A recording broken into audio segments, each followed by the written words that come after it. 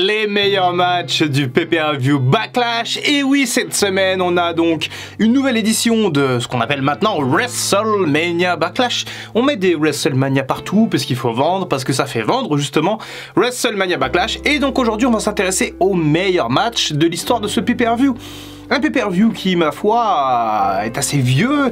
Et on va donc voir ça dans ce nouveau point catch. Merci à tous ceux qui vont rejoindre le serveur Discord suite à cette petite vidéo. On est presque 1000 sur le serveur, on parle quotidiennement de catch, mais pas que, il y a plein de sujets, plein de trucs assez communautaires, du RP, des quiz, des débats.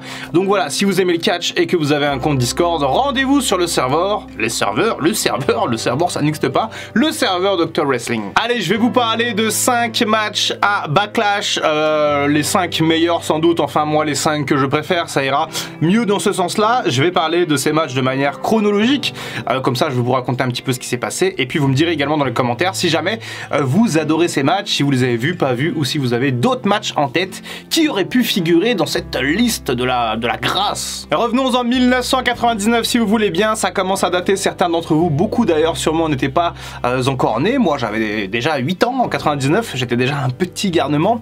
Je veux surtout vous parler du main event entre The Rock et Stone Cold Steve Austin, la revanche de WrestleMania 15, un match de WrestleMania 15 qui avait une grosse intensité, une grosse storyline, mais qui a déçu, et ce match de Backlash a été tout bonnement bien meilleur que celui de WrestleMania.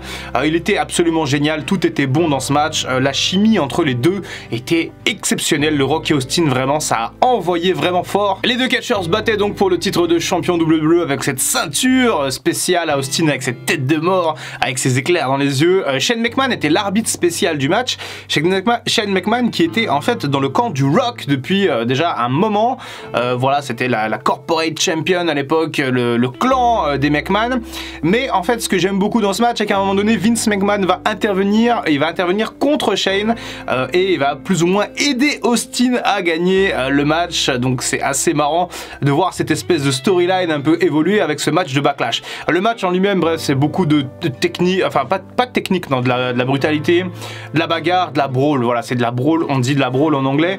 Les deux vont se battre à l'extérieur, ils s'envoient dans les décors de Backlash, ils défoncent les décors de Backlash. Bref, la foule est complètement maso, ils sont comme des fous parce que le match est incroyable, et bah forcément ça fait partie des meilleurs matchs de l'histoire de Backlash, mais largement. Le deuxième match de la liste, on avance un petit peu, on va en 2002, puisqu'en 2002, donc on est en plein SmackDown 6 à l'époque, les 6 catcheurs les plus talentueux de SmackDown, donc je rappelle, il y avait Edge, Benoit, Eddie Guerrero, Chavo Guerrero, Kurt Angle et Rey Mysterio, donc ça c'était les 6 de SmackDown qui étaient vraiment très bons sur le ring, excellent, et ben on en a 2 qui se rencontrent du coup lors de Backlash 2002, à savoir la Rated R Superstar Edge et Kurt Angle. Alors Edge à ce moment-là il est sur une bonne dynamique puisqu'il vient de battre Booker T à WrestleMania 18, et Kurt Angle, et ben, tout simplement c'est l'un des meilleurs catcheurs du moment depuis quelques années à la WWE, et on a donc une rivalité qui va se construire comme ça sur les mois à venir. Le pinacle d'ailleurs de cette rivalité c'est le fameux R versus R entre Edge et Kurt Angle, que Edge avait gagné bien entendu, ce qui avait démarré un petit peu la carrière de chauve assumé pour Kurt Angle. Imaginez Edge en chauve, ça aurait fait un peu bizarre. En tout cas voilà, la rivalité était très bonne, Edge était très bon, Kurt Angle aussi. Le match est vraiment solide, sensationnel, moins long que les autres dont je vais parler, et le premier dont j'ai déjà parlé, mais c'était un match très court mais très bon. De toute façon en 2002 tout ce qui se passait autour de SmackDown c'était de l'or, c'était Paul Heyman à l'époque qui bookait SmackDown, et tout ce qui se passe en 2002 du côté de SmackDown c'était vraiment, c'était top niveau quoi. Et ce match entre Angle et Edge est pour moi bien meilleur d'ailleurs que le main event entre, je crois que c'était Triple H contre Hulk Hogan à Backlash 2002, Hulk Hogan qui avait battu Triple H pour le titre, c'était nimp.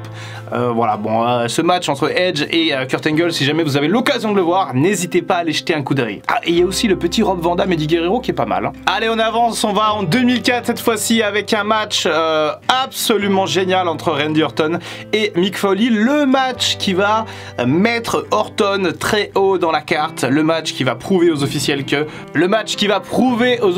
que ce cher Randy est le Legend Killer, et qu'il a totalement sa place dans le main event puisqu'il va affronter Mick Foley dans un match hardcore, un espèce de Fall Counts Anywhere match, no holds bar, un match vraiment fabuleux. Je trouve que c'est À l'époque, il y a peu de monde qui pensait que Orton était capable d'être bon dans la vague hardcore, et pourtant, qu'est-ce qu'il a été fort, Orton. Le match, c'est vraiment une boucherie absolue, il y a du sang partout.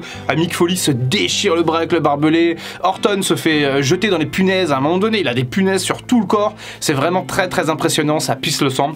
Bref, à la fin, c'est Randy Orton qui gagne, et ce match, les amis, si jamais vous aimez le catch hardcore, mais pas trop, parce que c'est quand même pas les fédérations indépendantes de catch hardcore qu'on peut voir, où là c'est vraiment hard. Si vous aimez tout simplement le catch hardcore WWE de l'époque Ruthless Aggression, regardez vraiment ce match entre Randy Orton et Mick Foley, parce que franchement ça vaut le détour. Et dans la même soirée, on a également un autre match qui fait partie de la liste des meilleurs matchs de l'histoire de Backlash, avec la revanche du triple menace entre Hunter Hearst Helmsley, à savoir Triple H, j'aime à l'appeler Hunter, Shawn Michaels et Chris Benoit, qui était champion du monde poids lourd. Pour rappel, Benoit avait gagné le titre à WrestleMania 20, et là donc il défendait chez lui, en plus à Edmonton au Canada. Donc voilà, grosse pop pour Benoit à l'époque, les fans étaient totalement derrière lui. Je trouve ce match de Backlash 2004 presque aussi bon, voire meilleur que le main event de WrestleMania 20. Globalement, ça ressemble beaucoup au match de WrestleMania, mais il y a des petits trucs en plus qui sont vraiment extrêmement sympas à regarder. Le match est assez long, mais il est extrêmement bon. Et à la fin, Chris Benoit parvient à faire abandonner Shawn Michaels cette fois-ci. Je crois que de mémoire, il avait fait abandonner Triple H à WrestleMania. Cette fois-ci, il fait abandonner Shawn Michaels dans une magnifique séquence de fin sur un sharpshooter. Michaels d'ailleurs qui se fait huer par la foule d'Edmonton puisqu'il fait le sharpshooter. Donc ça rappelle forcément l'arnaque de Bret Hart à Montréal quelques années auparavant. En tout cas, voilà, ce match est absolument superbe, je l'adore. On conclut, mes amis, cette liste avec un 5e match extrêmement sympa à Backlash. On va aller jusqu'en 2007 cette fois-ci. Backlash 2007 et la revanche entre Batista et l'Undertaker pour le titre de champion du monde poids lourd. Ah là, mes amis, quelle rivalité entre Undertaker et Batista, vraiment. J'ai découvert le catch en 2004, ok, après faute d'internet, faute de tout, j'ai perdu un peu de vue, et ensuite j'ai repris vraiment en 2007, et quand j'étais devant les pay-per-view en 2007 qui avaient Batista et l'Undertaker, mais j'étais comme un dingue, j'avais envie de faire des spinebusters à ma grand-mère. Bref, en tout cas cette rivalité entre Batista et Taker, c'était superbe, et il y avait une intensité géniale. Dans ce match de Backlash, c'était un last man standing. L'Undertaker avait battu Batista à WrestleMania, c'était donc la revanche. Et globalement, les deux hommes ont calqué le match de WrestleMania à Backlash. C'était un petit peu la même limonade, un petit peu la même soupe. Énormément d'intensité, beaucoup de prises de risque, beaucoup de prises vraiment assez intenses. Tellement qu'à la fin, d'ailleurs, ça finit par un match nul. Quand Batista, je crois, fait un spear à l'Undertaker dans le décor, encore une fois.